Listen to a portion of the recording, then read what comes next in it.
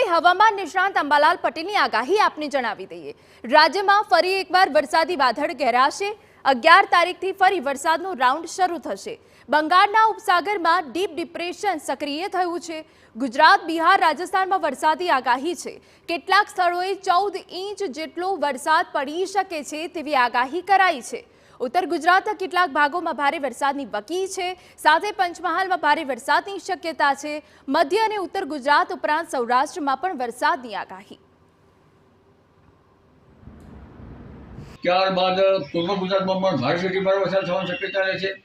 પંચમહાલના ભાગોમાં ભારે વરસાદ થવાની શક્યતા રહે છે। કોઈ ભાગમાંથી ભારે વરસાદ થવાની શક્યતા રહે છે। પંચમહાલ કેટલાક ભાગોમાં પૂર જેવી સ્થિતિનું નિર્માણ થઈ શકે।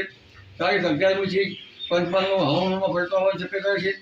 આ ઉપરાંત સાબરકાંઠાના ભાગો, હિંમતનગરના ભાગો, ઉત્તર ગુજરાતના ભાગો, મધ્ય ગુજરાતના ભાગો અને સૌરાષ્ટ્રના કેટલાક ભાગોમાં પણ વરસાદ થવાની શક્યતા રહે છે।